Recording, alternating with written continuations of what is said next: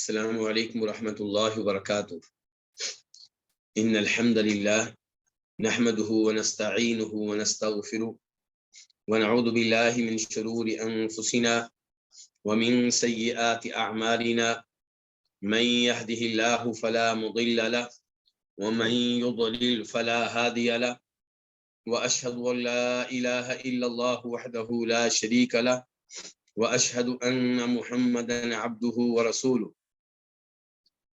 أما بعد فإن خير الحديث كتاب الله وخير الهدي هدي محمد صلى الله عليه وسلم وشر الأمور محدثاتها وكل محدثة بدعة وكل بدعة ضلالة وكل ضلالة في النار۔ امام بربہاری رحمہ اللہ کی عظیم الشان تالیف شرح سنہ، اس پہ ہمارے دروس کا سلسلہ جاری و ساری ہے، اور آج مسئلہ نمبر 88 ہے، 88۔ یہاں پہ امام بربہاری رحمہ اللہ فرماتے ہیں وَاعْلَمْ رحمک اللہ، اللہ تعالیٰ آپ پہ رحم فرمائے، یہ بات جان لیں، اس بات پہ یقین رکھیں کہ انَّهُ يَنبَغِي لِلْعَبْدِ أَن تَصْحَبَهُ الشَّفَقَةُ أَبَدًا، کہ بندے کے لیے مناسب یہی ہے کہ ڈر ہمیشہ اس کے ساتھ رہے، ما صاحب الدنیا، جب تک بندہ دنیا میں ہے، لِأَنَّهُ لَا يَدْرِي عَلَى مَا يَمُوتُ، کیونکہ وہ نہیں جانتا کہ وہ کس چیز پہ فوت ہوگا، کس حالت پہ فوت ہوگا، وَبِمَا يُخْتَمُ لَهُ، اور کس چیز پہ اس کا خاتمہ ہوگا، وَعَلَى مَا يَلْقَى اللَّهُ، اور کس حالت میں وہ اللہ تعالیٰ سے ملے گا،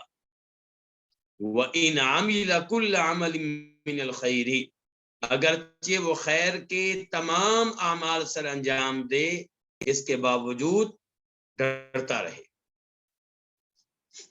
اس کے بعد امام بربہاری کہتے ہیں مسئلہ نمبر 99 میں 89 میں کہ وَيَنبَغِي لِلرَّجُلِ الْمُسْرِفِ عَلَى نَفْسِهِ، اس آدمی کے لیے جو اپنے آپ پہ بہت ظلم کر چکا ہو، اس کے لیے مناسب یہ ہے کہ اللہ يقطع رجاءه من اللہ عند الموت، کہ وہ مرتے وقت اللہ تعالیٰ سے اپنی امید کو ختم نہ کرے، وَيُحْسِنَ ظَنَّهُ بِاللَّهِ تبارک و تعالی، اور وہ اللہ تبارک و تعالیٰ کے ساتھ حسن ظن رکھے، خیر کی امید رکھے، وَيَخَافَ ذُنُوبَهُ، اور اپنے گناہوں سے ڈرے، فَإِن رَحِمَهُ اللَّهُ فَبِفَضْلٍ، اگر اللہ تعالیٰ اس پہ رحمت فرما دے تو یہ اللہ رب العزت کا فضل ہوگا، وَإِنْ عَذَّبَهُ، اور اگر اس کو عذاب دے، فَبِذَنْبٍ، تو یہ اس کے گناہوں کی وجہ سے ہوگا۔ بہت ہی عظیم گفتگو فرمائی ہے امام بربہاری رحمہ اللہ نے۔ پہلے نمبر پہ وہ یہ کہہ رہے ہیں کہ ہمیشہ انسان ڈرتا رہے، کہتے ہیں وَاعْلَمْ، جان لو، رحمک اللہ، اللہ تمہارے اوپر رحم فرمائے، اللہ تعالیٰ تم پہ اپنی رحمتیں نازل فرمائے، اللہ تمہیں اپنی رحمت کی لپیٹ میں لے لے۔ یہاں سے مجھے اور آپ کو سبق کیا ملا کہ ہمیں اپنی گفتگو میں کسی کو دعائیں دینا، اس چیز کو شامل کر لینا چاہیے۔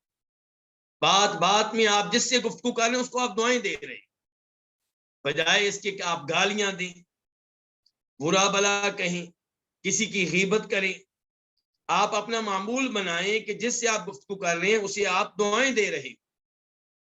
اب یہاں پہ دیکھیے مسئلہ کچھ اور بیان کرنا چاہتے ہیں لیکن بیچ میں دعا دے دی ہے، کہتے ہیں وَاعْلَمْ، یہ بات جان لو، کیا جان لو وہ بعد میں آئے گا، بیچ میں دعا آ گئی، یہ بات جان لیں رحمک اللہ، اللہ تعالیٰ آپ پہ اپنی رحمت نازل فرمائے، اللہ آپ کو اپنی رحمت کی لپیٹ میں لے۔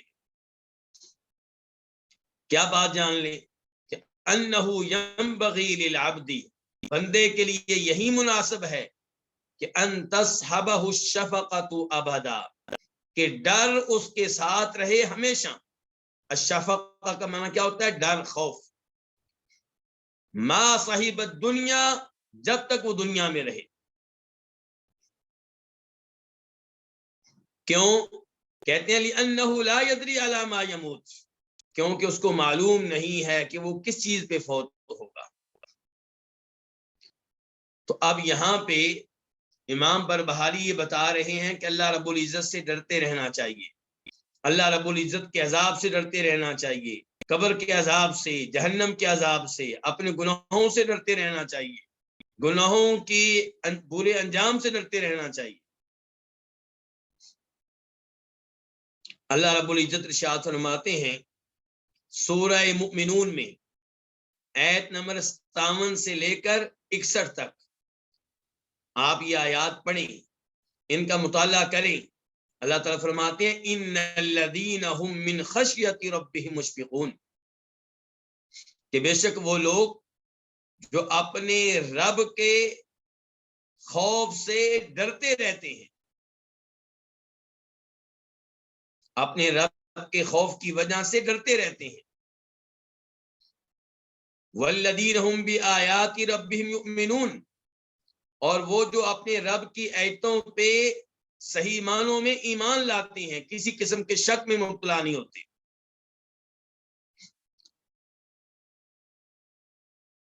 یہ اللہ تعالیٰ کچھ لوگوں کی اوصاف بیان کر رہے ہیں. پہلا وصف کیا بیان کیا ہے؟ کہ وہ ڈرتے رہتے ہیں. دوسرا کیا؟ کہ اللہ تعالیٰ کی ایک ایک آیت پہ، اللہ تعالیٰ کے کلام کے ایک ایک حصے پہ صحیح معنوں میں 100% ایمان رکھتے ہیں. والذین هم بربهم لا یشرکون، اور تیسرے نمبر پہ یہ کہ اپنے رب کے ساتھ شرک نہیں کرتے. چوتھے نمبر پہ والذین یؤتون ما آتوا وقلوبهم وجلۃ انہم الی ربہم راجعون، اور وہ لوگ جو دیتے ہیں، جو بھی دیتے ہیں، لیکن دیتے اس حال میں ہیں کہ ان کے دل خوف زدہ ہوتے ہیں، کیونکہ انہیں پتا ہے کہ اپنے رب کی طرف انہوں نے جانا ہے، رب کے سامنے حاضر ہونا ہے. یہ جو 4 اوصاف رکھنے والے لوگ ہیں، اللہ نے کہا اولئک یسارعون فی الخیرات، یہی لوگ خیر کے کاموں میں جلدی کرتے ہیں. تو یہاں پہ اللہ نے تعریف کی ہے ان کی جو اللہ سے ڈرتے رہتے ہیں، تعریف کی ہے ان کی جو دیتے ہیں، جو دینا ہوتا ہے، اللہ کی راہ میں خرچ کرتے ہیں جو خرچ کرنا ہوتا ہے، اور دیتے ہوئے بھی تکبر میں مبتلا نہیں ہوتے، خود پسندی میں مبتلا نہیں ہوتے، غرور میں مبتلا نہیں ہوتے کہ میں نے اتنی مسجدیں بنائی ہیں، میں نے اتنے مدرسے بنائے ہیں، میں اتنے یتیموں کی سرپرستی کر چکا ہوں. نہیں، پھر بھی ڈر رہے ہوتے ہیں، اللہ کی راہ میں دیتے ہوئے بھی ڈر رہے ہوتے ہیں. یہ کون سی سورت؟ سورہ مؤمنون، آیت نمبر 57 سے لے کے 61 تک، یعنی کہ 57 سے لے کر 61 تک. ان آیات کے بارے میں اب ایک حدیث آپ کے سامنے رکھنا چاہوں گا. اس حدیث کو روایت کرنے والی کون ہے؟ سیدہ عائشہ رضی اللہ تعالی عنہا.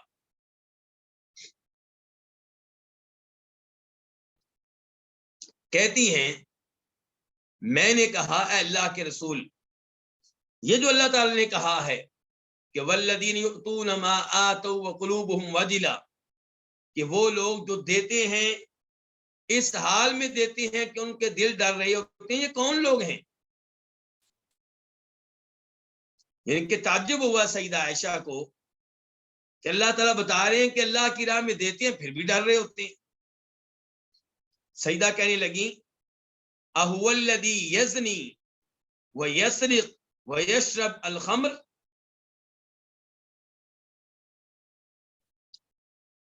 کیا اس سے مراد وہ انسان ہے جو زنا کرتا ہے، بدکاری کا ارتکاب کرتا ہے اور چوری کرتا ہے، ویشرب الخمر، اور شراب پیتا ہے؟ یعنی کہ سیدہ عائشہ کہنا چاہتی ہیں اسی لیے ڈرتے ہوں گے نا کہ اللہ کی راہ میں مال تو دیا ہے لیکن کام کیا ہے؟ بڑے بڑے کبیرہ گناہوں کا ارتکاب کرتا ہوں، زنا کرتا ہوں، شراب پیتا ہوں، چوری کرتا ہوں، اس لیے ڈرتے ہیں کہ پتہ نہیں اب اللہ تعالیٰ کیا کرے گا میرے ساتھ۔ تو آپ نے کہا لا یا بنت ابی بکر، نہیں نہیں نہیں نہیں، یہ وہ لوگ نہیں ہیں، ابو بکر کی بیٹی یہ وہ لوگ نہیں ہیں، یہ چوری کرنے والے لوگ نہیں ہیں، یہ بدکاری کرنے والے لوگ نہیں ہیں، یہ شراب پینے والے لوگ نہیں ہیں، وَلَكِنَّهُ الرَّجُلُ يَصُومُ وَيَتَصَدَّقُ وَيُصَلِّي، یہ وہ آدمی ہے جو روزے بھی رکھتا ہے، صدقہ خیرات بھی کرتا ہے، نمازیں بھی پڑھتا ہے، وَهُوَ يَخَافُ، اور اس کے باوجود اسے ڈر ہے کہ اللہ يتقبل منہ، کہ کہیں اللہ رب العزت میرے اس دیے ہوئے مال کو رد نہ کر دے، مسترد نہ کر دے، ریجیکٹ نہ کر دے۔ یہ حدیث ابن ماجہ کی ہے اور اس کا نمبر ہے 4198، 4198۔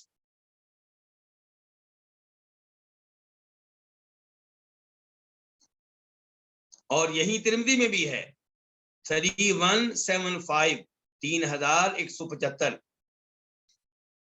اور حدیث صحیح ہے، شیخ البانی رحمہ اللہ نے اسے صحیح قرار دیا ہے۔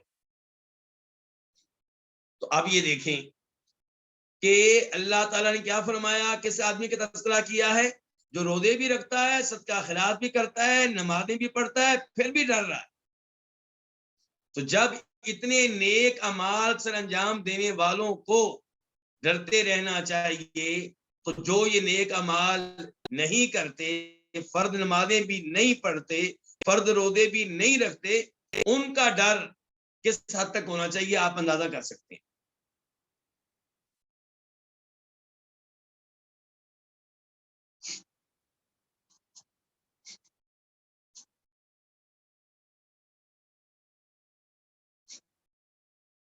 سلف صالحین کی طرف آ جائیے۔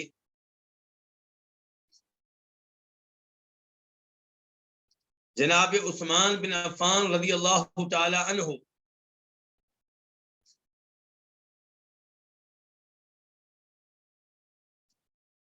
کسی قبر پہ کھڑے ہوتے تو رونے لگ جاتے، روتے روتے ان کی داڑھی آنکھوں سے نکلنے والے آنسوؤں سے تر ہو جاتی، گیلی ہو جاتی۔ پوچھنے والے پوچھتے کہ آپ کے سامنے جنت کا تذکرہ ہوتا ہے، نہیں روتے، جہنم کا تذکرہ ہوتا ہے، اس قدر نہیں روتے، لیکن قبر پہ آپ کھڑے ہوں، قبر کا تذکرہ ہو رہا ہو تو آپ بہت روتے ہیں۔ یہ رونے والے کون ہیں؟ سیدنا عثمان، یعنی کہ وہ جن کو دنیا میں جنت کی خوشخبری مل چکی ہے، وہ جو اللہ کی راہ میں بہت زیادہ مال خرچ کیا کرتے تھے، وہ جو کبیرہ گناہوں سے بہت دور تھے، ان کا یہ عالم ہے۔ تو جب سوال یہ کیا گیا تو انہوں نے کیا جواب دیا تھا؟ کہا تھا ان القبر اول منازل الاخرہ، قبر آخرت کے مقامات میں سے پہلا مقام ہے، آخرت کے مراحل میں سے پہلا مرحلہ ہے۔ اس کا پتہ چلا کہ قبر کا مرحلہ جو ہے وہ دنیاوی زندگی کا حصہ ہے کہ اخروی زندگی کا حصہ ہے؟ اخروی زندگی کا حصہ ہے۔ اگرچہ آپ ایک لحاظ سے اسے برزخ بھی کہہ سکتے ہیں کہ یہ دنیا کے مرحلے اور آخرت کے مرحلے کے بیچ میں ہے، لیکن جب آپ دو مرحلے بنانے لگیں گے، آپ کہیں گے میں 3 مرحلے نہیں بناتا، میں 3 مرحلے بناتا، میں 2 مرحلے بناتا ہوں، یا دنیا یا آخرت، تو پھر قبر کا شمار آپ کس مرحلے میں کریں گے؟ آخرت۔ تو کہتے ہیں ان القبر اول منازل الاخرہ، قبر آخرت کے مراحل میں سے پہلا مرحلہ ہے۔ فَإِن نَجَا مِنْهُ فَمَا بَعْدَهُ أَيْسَرُ مِنْهُ، اگر کوئی یہاں محفوظ رہ گیا، قبر کے عذاب سے بچ گیا، تو اس کے لیے وہ مراحل جو بعد میں ہیں وہ اس سے زیادہ آسان ہو جائیں گے۔ وَإِن لَّمْ يَنْجُ مِنْهُ، اور اگر کوئی یہاں بچ نہ سکا، قبر کے عذاب سے محفوظ نہ رہ سکا، فما بعدہ اشد منہ، تو اس کے لیے وہ مراحل جو بعد میں آنے والے ہیں اس سے کہیں زیادہ سخت۔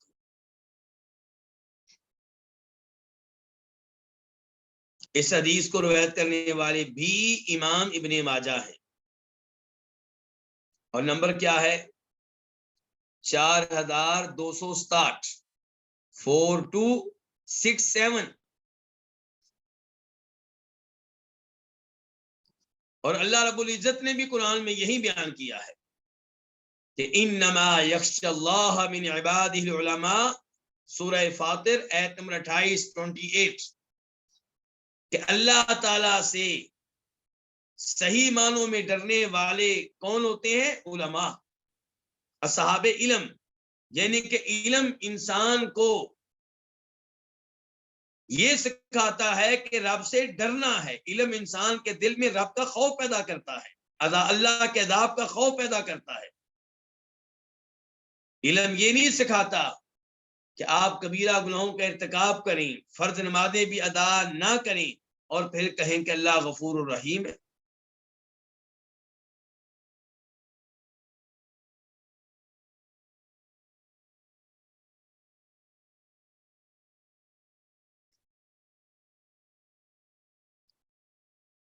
جناب عمر فاروق کی صورتحال کیا تھی اس معاملے میں آپ کے سامنے رکھنا چاہوں گا۔ یہ بخاری کی روایت ہے 3915، 3915۔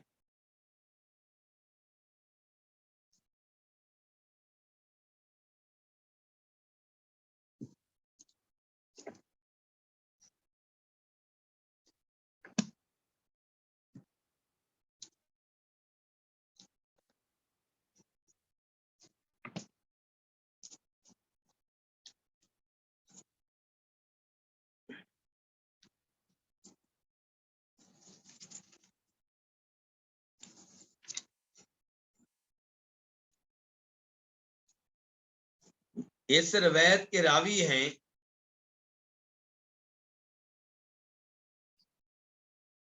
ابو بردہ۔ یہ ابو بردہ کون ہے؟ مشہور و معروف صحابی جناب ابو موسیٰ اشعری رضی اللہ عنہ کے بیٹے۔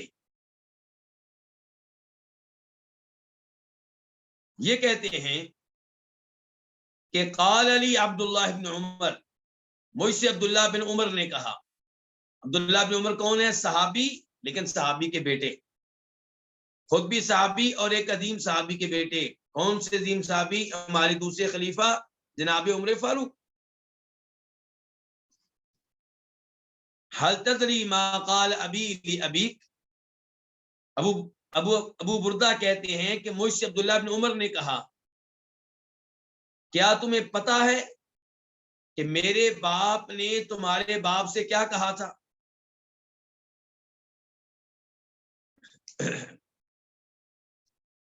قال قلت لا، کہتے ہیں کہ میں نے کہا کہ مجھے تو نہیں پتا۔ کس نے کہا مجھے نہیں پتا؟ ابو بردہ نے۔ میں آپ کی توجہ چاہوں گا۔ قال فإن أبي قال لأبيك، عبداللہ بن عمر کہنے لگے کہ میرے باپ نے تمہارے باپ سے کہا تھا۔ عمر فاروق نے ابو موسیٰ اشعری سے کہا تھا یا ابا موسیٰ، اے ابو موسیٰ، هل يسرك اسلامنا مع رسول اللہ صلی اللہ علیہ وسلم وہجرتنا معه وجہادنا معه وعملنا كله معه برد لنا وأن كل عمل عملنا بعده نجونا منه كفافا رأسا برأس۔ ابو موسیٰ، کیا تمہیں یہ بات اچھی لگے گی؟ کیا بات؟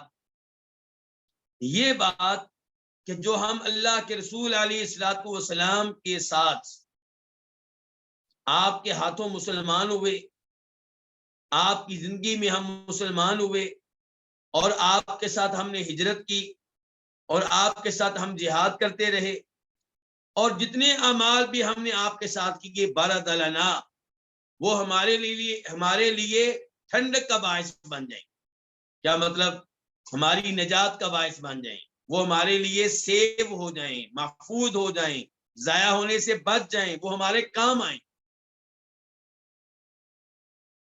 وَأَنَّ كُلَّ عَمَلٍ عَمِلْنَا بَعْدَهُ، اور وہ سارے اعمال جو ہم نے آپ کے فوت ہونے کے بعد کیے، نجونا منہ کفافا رأسا برأس، ہم ان اعمال سے جو ہم نے آپ کے فوت ہونے کے بعد کیے برابری کی بنیاد پہ بچ جائیں. کیا مطلب؟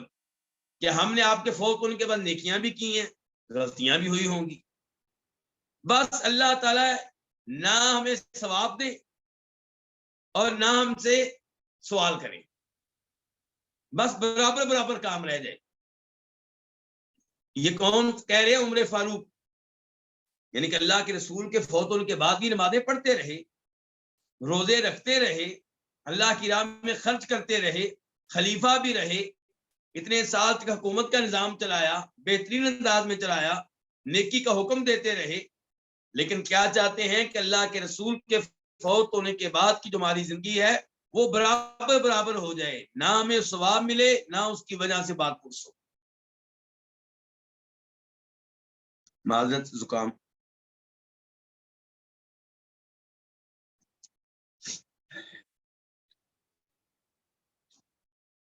فقال ابی، تو میرے والد صاحب نے کہا،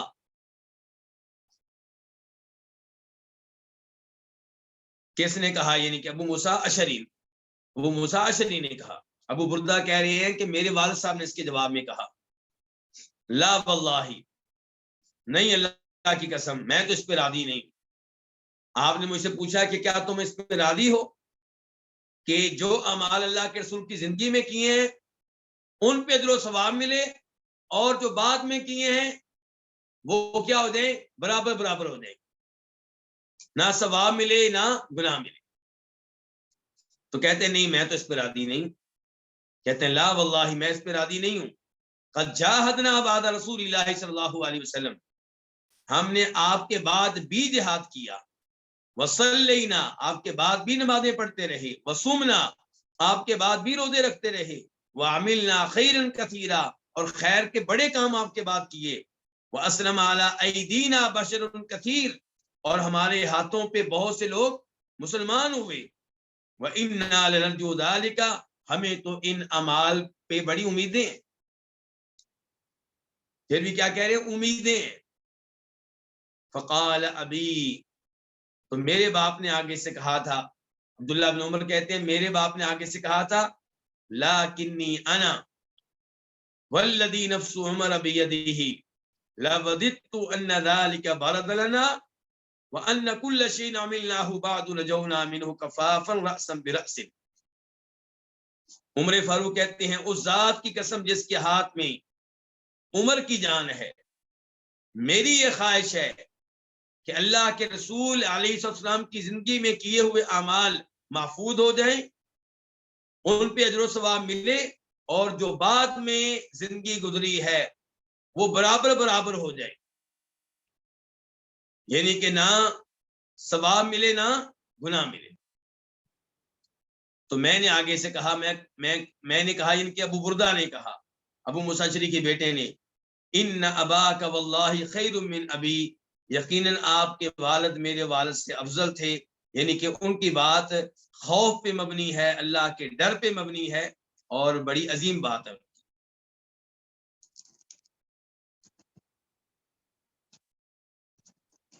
اس سے آپ اندازہ کر سکتے ہیں کہ سلف صالحین کس قدر اللہ سے ڈرنے والے تھے.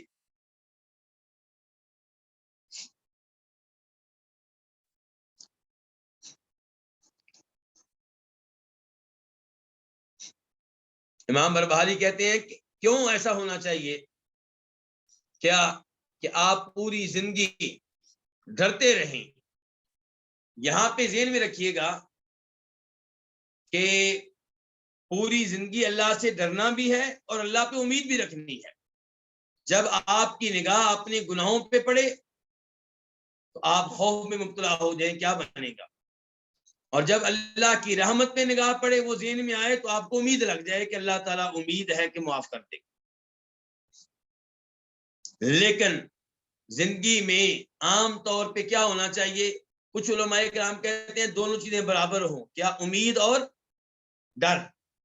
اور کچھ علماء کرام کہتے ہیں ڈر کا غلبہ ہونا چاہیے. دونوں چیزیں ہوں لیکن غالب کیا ہو؟ ڈر.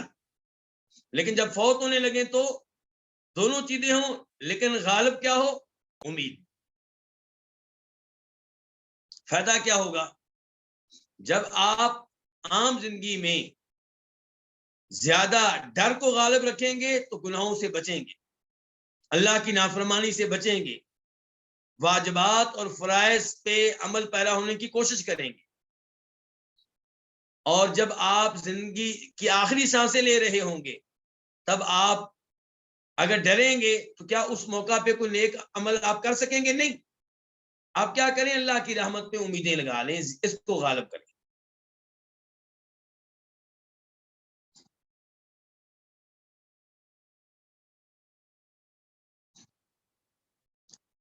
یہاں پہ ذکر کر دوں کہ امام بربہاری یہاں قرآن و حدیث کی نصوص کی روشنی میں یہ کہنا چاہتے ہیں کہ انسان کو ڈرتے رہنا چاہیے. کس سے؟ اللہ تعالیٰ سے، اللہ کے عذاب سے، اللہ کی جہنم سے، اللہ کی پکڑ سے. لیکن صوفی لوگ کیا کہتے ہیں؟ آپ نے سنا ہوگا ایک خاتون بڑی شہرت رکھتی ہیں رابعہ کے نام سے. وہ کہا کرتی تھیں کہ اے اللہ میں تیری عبادت اس لیے نہیں کرتی کہ مجھے تیری جہنم کا ڈر ہے، اور نہ میں تیری عبادت اس لیے کرتی ہوں کہ مجھے کوئی جنت کی لالچ ہے، بلکہ میں تیری عبادت کرتی ہوں تیری محبت میں. یہ وہ جملہ ہے جس کو سن کر بہت سے لوگ بڑے متاثر ہوتے ہیں، بڑے سے مرعوب ہوتے ہیں اور سمجھتے ہیں کہ شاید یہ الفاظ اقوال ذری میں سے ہیں. اگر آپ ان الفاظ کو اہمیت دیتے ہیں اور اسے قول ذری شمار کرتے ہیں تو اس کا مطلب یہ ہے کہ صحابہ کرام وغیرہ وہ غلط تھے. پھر اللہ تعالیٰ تو قرآن حکیم میں یہ ارشاد فرماتے ہیں کہ انہم کانوا یسارعون فی الخیرات رغبا ورہبا. سورہ انبیاء آیت نمبر 90. اللہ تعالیٰ تو یہ بیان کر رہے ہیں انبیاء کرام علیہم الصلوۃ والسلام کا تذکرہ کیا کچھ انبیاء کرام کا، اور پھر کہا کہ وہ خیر کے کاموں میں جلدی کیا کرتے تھے، خیر کے کاموں میں تاخیر نہیں کرتے تھے. وَيَدْعُونَنَا، اور وہ ہمیں پکارتے تھے، ہماری عبادت کرتے تھے، ہم سے دعائیں کرتے تھے، عبادت کرتے تھے راغبا ورہبا. عبادت کرتے ہوئے ایک طرف ہم سے ڈر رہے ہوتے تھے اور ایک طرف ہم پہ امید لگائی ہوتی تھی. یعنی کہ عبادت کے دوران دو چیزیں ہوتی تھی اللہ تعالیٰ بیان کر رہے ہیں ایک ہی وقت میں، ڈر بھی اور امید بھی. اللہ کے اجر و ثواب کی امید، جنت کی امید، اور جہنم کا ڈر، عذاب کا ڈر.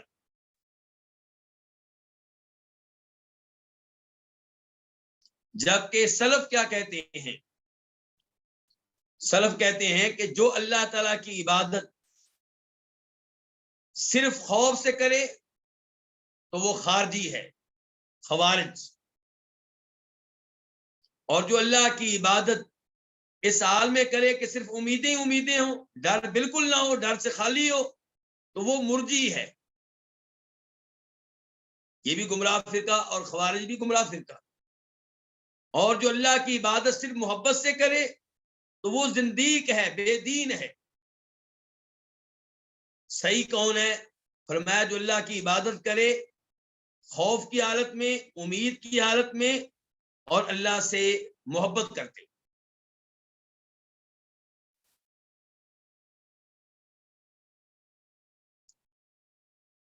لأنہ، امام بربہاری کہہ رہے ہیں لأنہ لا يدری علی ما یموت. کیوں ڈرتے رہیں پوری زندگی؟ کیونکہ آپ نہیں جانتے کہ آپ کس حالت میں فوت ہوں گے. وَبِمَا يُخْتَمُ لَهُ، اور کس چیز پہ آپ کا خاتمہ ہوگا. وَعَلَى مَا يَلْقَ اللَّهُ، اور کس حالت میں آپ اللہ سے ملاقات کریں گے، ایمان کی حالت میں کہ کفر کی حالت میں. امام بربہاری کہتے ہیں کہ یہ خوف کی حالت رہنی چاہیے. وَإِنْ عَمِلَ كُلَّ عَمَلٍ مِنَ الْخَيْرِ، اگرچہ آپ نے خیر کے سارے اعمال کیے ہوئے ہوں.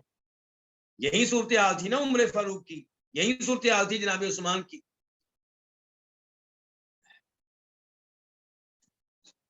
اللہ تعالیٰ کیا سکھاتے ہیں ہمیں قرآن حکیم میں کہ ربنا لا تزغ قلوبنا بعد اذ ہدیتنا، کہ نیک لوگ کیا دعا کرتے ہیں کہ اللہ تو نے ہمیں ہدایت دی ہے، یہ تیرا انعام ہے، لیکن یا اللہ اس نعمت پہ برقرار رکھنا، ہدایت دینے کے بعد یہ نعمت ہم سے چھین نہ لینا، واپس نہ لے لینا، ہمارے دلوں کو ٹیڑھا نہ کر دینا.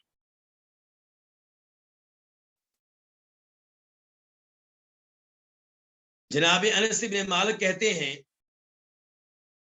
کہ نبی علیہ الصلوۃ والسلام کثرت سے یہ دعا کیا کرتے تھے، یا مقلب القلوب ثبت قلبی علی دینک، دلوں کو پھیرنے والے میرے دل کو اپنے دین پہ قائم رکھنا، مجھ سے یہ نعمت واپس نہ لینا، مجھے اپنے دین پہ، اپنی اطاعت پہ، نماز روزے پہ، ایمان پہ برقرار رکھنا. فقلت، انس بن مالک کہتے ہیں میں نے کہا اللہ کے رسول، آمنا بک، ہم آپ پہ ایمان لا چکے، وبما جئت بہ، اور اس قرآن پہ، اس دین پہ، اس شریعت پہ جس کو آپ لے کر آئے اس پہ بھی ایمان لا چکے. فہل تخاف علینا، اس سب کے باوجود آپ کو ہمارے بارے میں خطرہ ہے، آپ کو ہمارے بارے میں کوئی خوف ہے؟ قال نعم، آپ نے کہا بالکل. صحابہ کرام سے اللہ کے رسول کہہ رہے ہیں مجھے تمہارے بارے میں خطرہ ہے. کیا؟ پھر آپ نے کہا کہ ان القلوب بین اصبعین من اصابع اللہ یقلبہما کیف کما یشاء، یاد رکھو تمام لوگوں کے دل اللہ کی انگلیوں میں سے دو انگلیوں کے درمیان ہیں، وہ ان دو انگلیوں کو پھیرتا ہے جیسے چاہتا ہے. ترمذی شریف حدیث نمبر 2140 2140.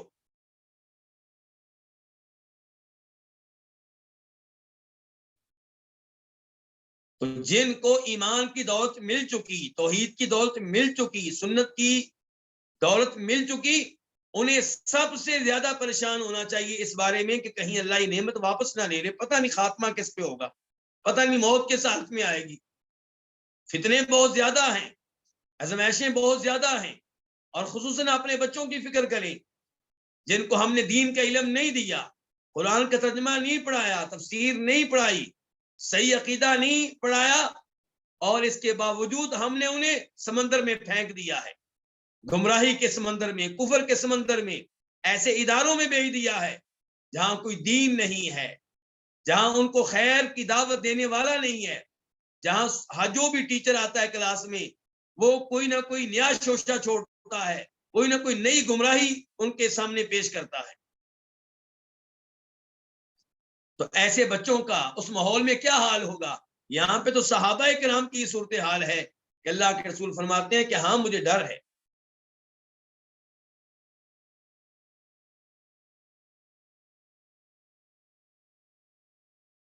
بات یہ ہے کہ خاتمہ کس حالت میں ہوگا، یہ بڑی اہم بات ہے. اسی کا تذکرہ کر رہے ہیں امام بربہاری. اس وجہ سے ڈرتے رہنا چاہیے کہ اب تو میں ایمان پہ ہوں، توحید پہ ہوں، لیکن خاتمہ کس پہ ہوگا. یہاں پہ دو روایتیں آپ کے سامنے رکھنا چاہوں گا. ایک ہے بخاری کی حدیث 6493 6493.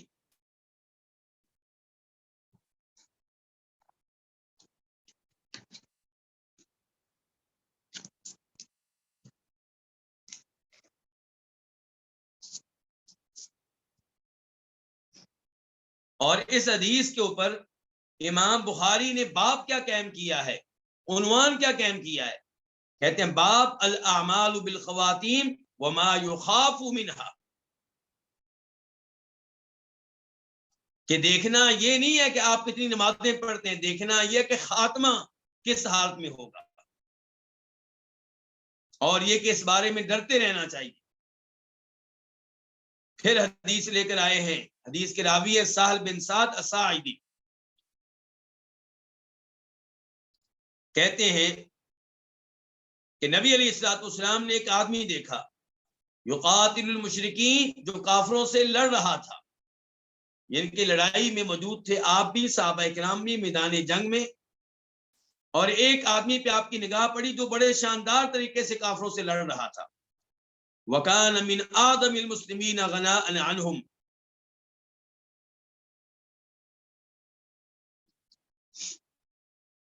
اور وہ مسلمانوں میں سب سے آگے تھا مسلمانوں کا دفاع کرنے میں، مسلمانوں کی طرف سے لڑنے میں۔ فقال، تو آپ نے کہا، جب آپ نے دیکھا کہ آپ کے صحابہ کرام متاثر ہو رہے ہیں اس آدمی کو دیکھ کر، تو آپ نے کہا من احب ان ينظر الى رجل من اهل النار فلينظر الى هذا، اگر تم میں سے کوئی چاہتا ہے کہ وہ کسی جہنمی کو دیکھے وہ اس آدمی کو دیکھ لے، یعنی کہ وہ آدمی لڑ رہا ہے اور آپ ان صحابہ کرام سے کہہ رہے ہیں جو آپ کے دائیں بائیں اس موقع پہ کھڑے ہیں۔ تو سہل بن سعد کہتے ہیں فتابعہ رجل، ایک آدمی نے اس کا پیچھا کیا، فلم یزل علی ذلک حتی جریحا، وہ آدمی اسی طرح لڑتا رہا، کافروں کی گردنیں اتارتا رہا حتیٰ کہ وہ زخمی ہو گیا۔ فاستعجل الموت، تو جب زخمی ہو جائیں تو اب کیا کرنا چاہیے؟ صبر کریں، لیکن اس نے موت کو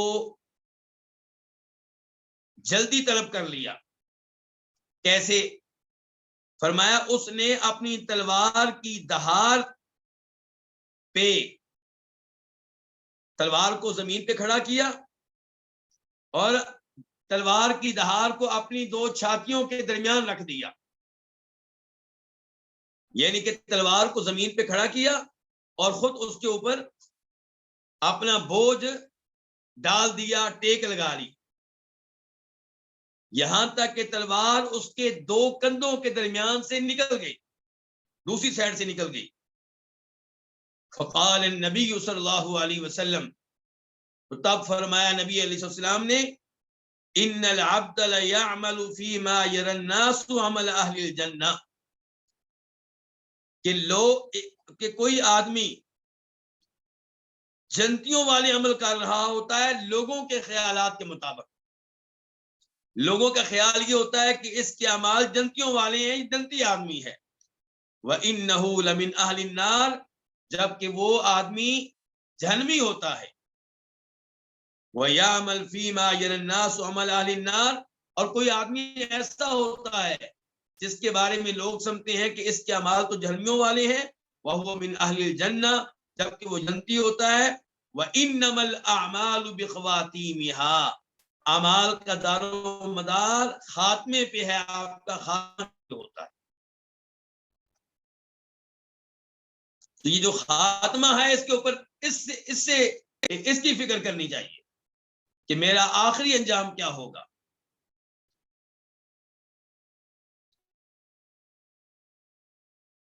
سعودی عرب میں ایک آدمی گزرا ہے، اس کا نام تھا عبداللہ القسیمی۔ اگر آپ نیٹ یوز کرتے ہیں تو کبھی لکھیں عبداللہ القسیمی۔ اس آدمی نے توحید کے موضوع پہ بہترین کتب لکھی، توحید پہ بہترین گفتگو کیا کرتا تھا۔ پھر یہ میں بھول گیا ہوں، شاید فرانس چلا گیا، کہاں چلا گیا، وہاں جا کے مرتد ہوا۔ اس لیے خاتمہ اس کی بڑی اہمیت ہے، تو اپنے گناہوں سے ڈرتے رہنا چاہیے اور اس بات سے ڈرتے رہنا چاہیے کہ خاتمہ کس پہ ہوگا. یہ دیکھیے ایک اور روایت بخاری شریف کی 6492 6492 اسی صفحے پہ انس بن مالک کہتے ہیں انکم لتعملون اعمالا هي ادق في اعینکم من الشعر ان كنا لنعدها على عهد النبي صلی اللہ علیہ وسلم من الموبقات. آج تم کئی ایسے کام کر جاتے ہو، کئی ایسے جرائم کا ارتکاب کر جاتے ہو جو تمہاری نگاہوں میں معمولی ہوتے ہیں، بال سے زیادہ معمولی. تم سمجھتے ہو کہ ان کا کوئی وزن نہیں ہوگا، وہ ہلکے پھلکے ہیں، جبکہ ہم انہی جرائم کو، انہی اعمال کو نبی علیہ الصلوۃ والسلام کے زمانے میں ان اعمال کا حصہ سمجھتے تھے جو انسان کی آخرت کو تباہ و برباد کر دیتے. تو اسی پتہ چلا کہ صحابہ کرام اللہ کے رسول کے زمانے میں صلی اللہ علیہ وسلم ڈرا کرتے تھے، ان اعمال سے ڈرتے تھے جن کو آج لوگ ہلکا سمجھتے ہیں، جن کو وہ معمولی سا جرم سمجھتے ہیں، جس کے بارے میں سمجھتے ہیں کوئی مسئلہ ہی نہیں ہے. تو بس میں 5 وقت نماز پڑھتا ہوں، روزے بھی رکھتا ہوں، زکوٰۃ بھی دیتا ہوں، نہ میں شراب پیتا ہوں، نہ میں زنا کرتا ہوں، نہ میں سود لیتا ہوں، اور سمجھتے ہیں کہ میں پاس ہو گیا.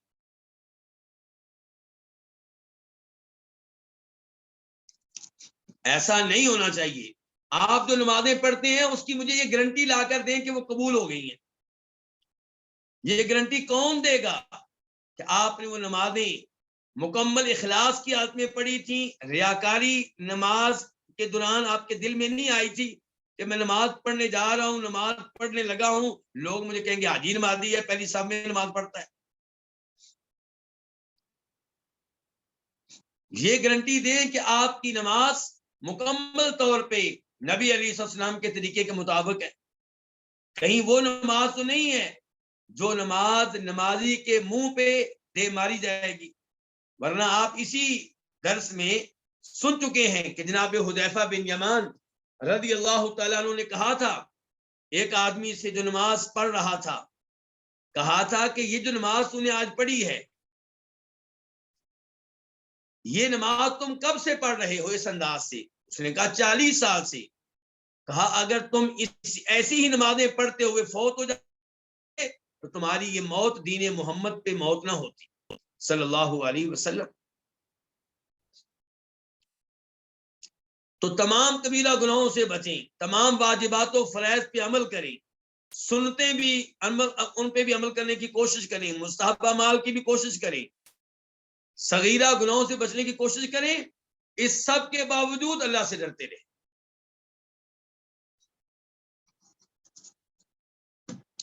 اس کے بعد کہتے ہیں امام بربہاری وَيَنبَغِي لِلرَّجُلِ الْمُسْرِفِ عَلَى نَفْسِهِ، اس آدمی کے لیے جو اپنے آپ پہ بہت ظلم کر چکا ہو، بہت زیادتی کر چکا ہو، اس کے لیے مناسب یہ ہے کہ وہ موت کے وقت اللہ یقطع رجاءہ من اللہ، اپنی اللہ سے امید کو نہ توڑے، امید کو ختم نہ کرے. یعنی مرتے وقت یہ نہ سوچے بس میں تو پکا جہنم میں جا رہا ہوں، مجھے تو ابھی عذاب شروع ہو جائے گا. وَيُحْسِنَ ظَنَّهُ بِاللَّهِ تبارک وتعالی، اور اللہ تعالیٰ کے ساتھ اس نے ظن رکھے. وَيَخَافَ ذُنُوبَهُ، اور اپنے گناہوں سے بھی ڈرے. فَإِن رَحِمَهُ اللَّهُ، اگر اللہ تعالیٰ اس پہ رحمت کر دیں، فَبِفَضْلٍ، تو یہ اللہ تعالیٰ کا فضل ہوگا. وَإِنْ عَذَّبَهُ، اگر اللہ تعالیٰ اسے عذاب دے دیں، فَبِذَنبٍ، تو یہ اس کے گناہوں کا نتیجہ ہوگا.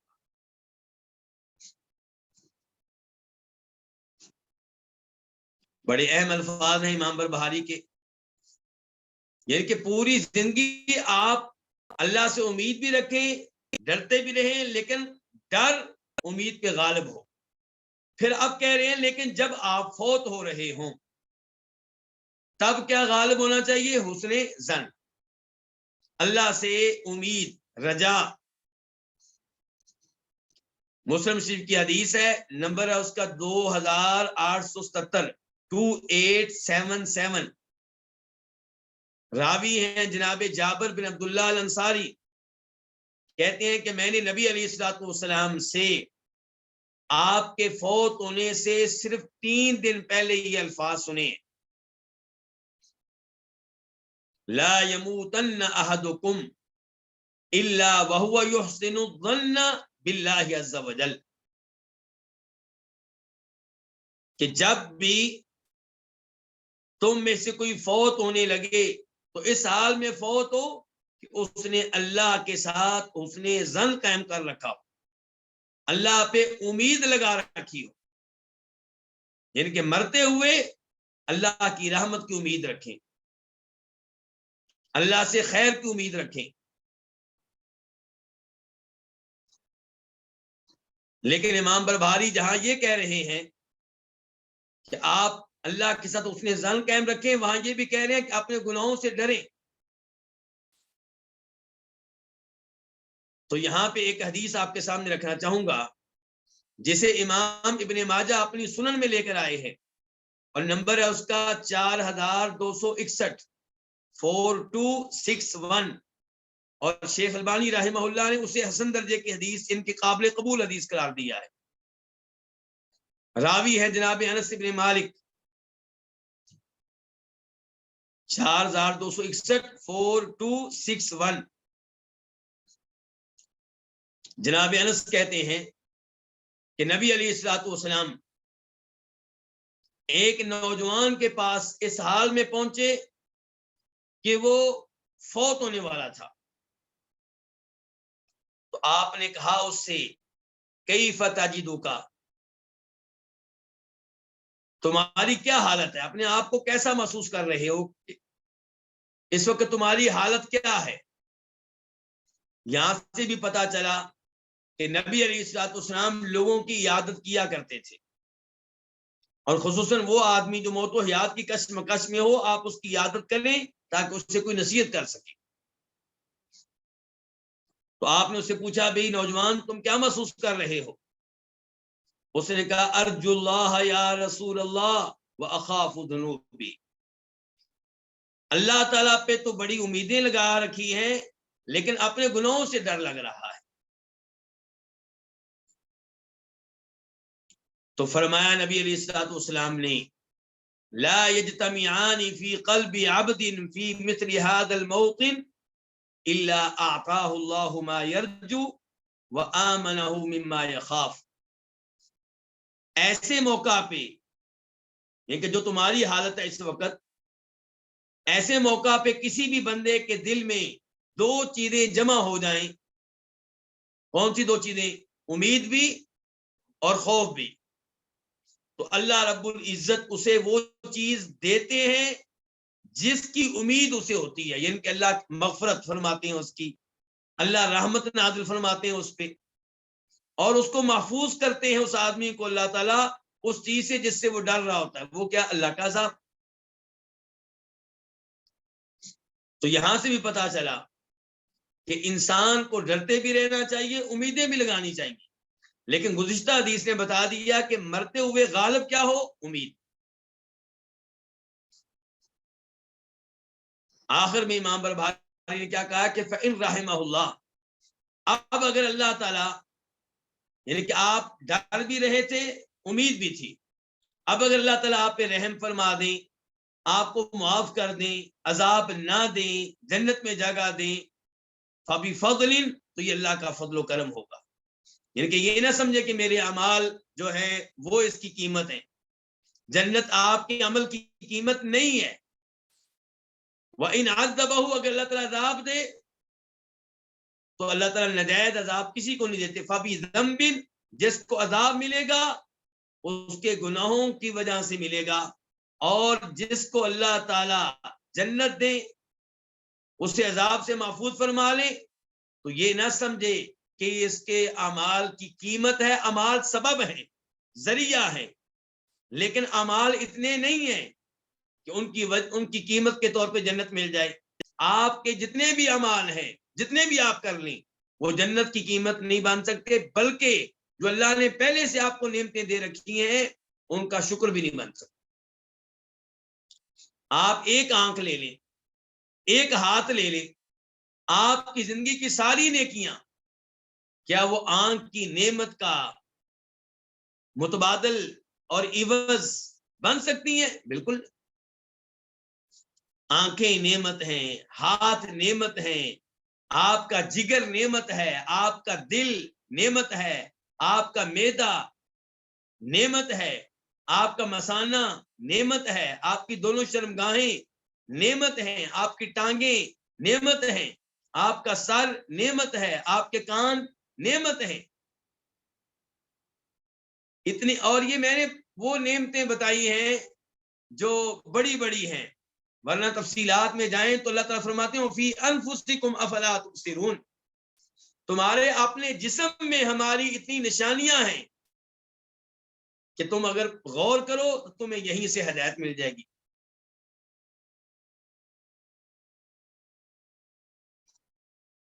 تو امام برباری کیا کہہ رہے ہیں؟ اب اگر اللہ تعالیٰ رحمت فرمائے تو یہ اللہ کا فضل و کرم ہوگا، اور اگر اللہ تعالیٰ عذاب دے تو یہ گناہوں کا نتیجہ ہوگا۔ یہاں پہ بخاری شریف کی حدیث ہے، یعنی کہ آخری جو الفاظ ہیں امام بربہاری نے کہاں سے لیے، اس کی دلیل کیا ہے؟ تو بخاری شریف کی حدیث نمبر 5673 5673، راوی ہے جناب ابو ہریرہ رضی اللہ تعالی عنہ، کہتے ہیں کہ فرمایا نبی علیہ الصلوۃ والسلام نے لن يدخل احدا عمله الجنہ، کسی کو بھی اس کے اعمال جنت میں ہرگز داخل نہیں کر سکے۔ قالوا ولا انت یا رسول اللہ، صحابہ کرام نے کہا اللہ کے رسول آپ بھی، یہ اصول جو آپ نے بیان کیا یہ آپ کے لیے بھی ہے، یعنی کہ آپ کے اعمال تو بہت زیادہ ہیں، آپ کی نیکیاں تو بہت زیادہ ہیں، تو کیا آپ کو بھی آپ کے اعمال جنت میں داخل نہیں کر سکیں گے؟ قال لا، آپ نے کہا نہیں، مجھے بھی میرے اعمال جنت میں داخل نہیں کر سکیں گے۔ ولا انا الا ان يتغمدني الله بفضل ورحمہ، میں بھی جنت میں تبھی داخل ہو سکوں گا جب اللہ تعالیٰ مجھے اپنے فضل میں اور اپنی رحمت میں ڈھانپ لے۔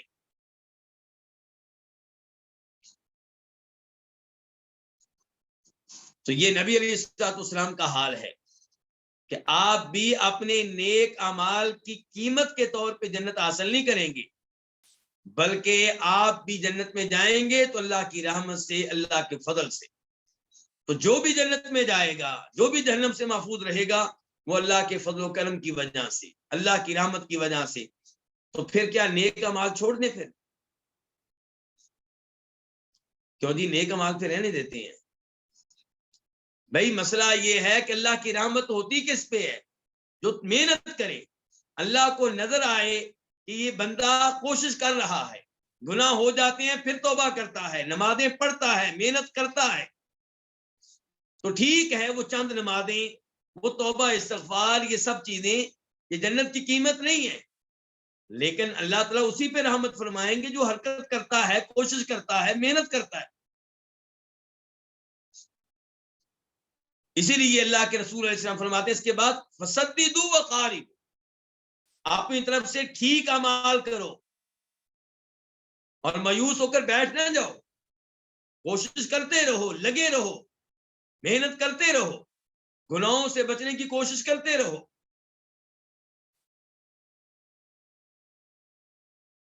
اچھا، یہاں پہ یہ اشکال ہو سکتا ہے کہ قرآن حکیم میں آتا ہے سورہ زخرف وَتِلْكَ الْجَنَّةُ الَّتِي أُورِثْتُمُوهَا بِمَا كُنْتُمْ تَعْمَلُونَ، اللہ تعالیٰ کہیں گے روز قیامت جنتی لوگوں سے یہ جنت جس کے تم وارث بنے ہو، بِمَا كَانُوا يَعْمَلُونَ، کیسے وارث بنے ہو؟ اس کے